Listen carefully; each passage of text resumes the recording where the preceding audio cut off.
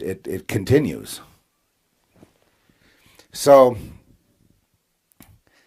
what is the definition then of righteousness? Righteousness would be a person then that would not take that deal of slavery. And, there are talk show hosts and other people today that they really speak a lot about,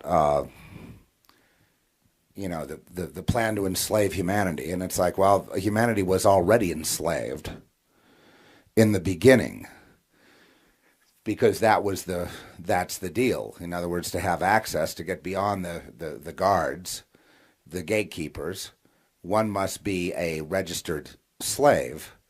And that's a spiritual registration. That's a spiritual signature.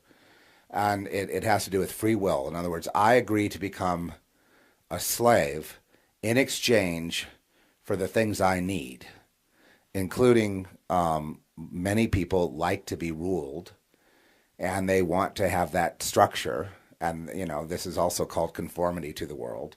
They want to have someone over them who's telling them what to do. It makes them feel safe. It makes them feel like they have a place. And they're trusting that the one above them that they're enslaved to is going to be, since they're a form of property at this point, that they're going to take care of their property. So it's a mutual exchange. Then that person up the ladder is also then thus enslaved to the next one up. And no one really knows how high the ladder goes. I suppose we could liken it to a pyramid and say that the ladder goes to the top of the pyramid. And the top of the pyramid would be the devil, right? He's the one that organized this sort of reptilian order of, almost like a military order of slaves and masters, which you could look at as command. In other words, one's a lieutenant and commands the sergeants. The sergeants then command, one is a captain and commands the sergeants, let's say, or a commander and commands the sergeants. And the sergeants command the privates, right? And then the privates first class can command the private regular class. And if someone goes up in rank, then the people that, if you used to be below someone, but you go up in rank above them, then the person that you were saluting, now they must salute you first. And of course, do what you order them to do. So the military is very much based as an external kind of embodiment of this slave situation that we find ourselves in. It's just a reflection of what's already there in the spiritual realm.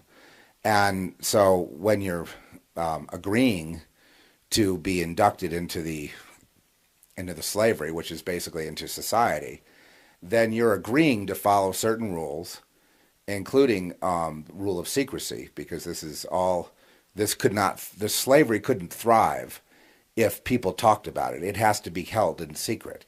In other words, advancement, all kinds of things happen, and there's enforcement that goes on that's both supernatural and man-made, but it's really the people that operate within it are possessed, obviously, and in that possession they do things or they order things, and those things they do are at the behest of those who own them.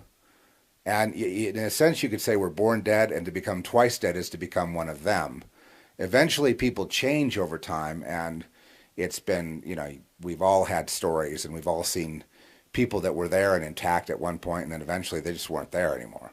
And we see this with people all the time.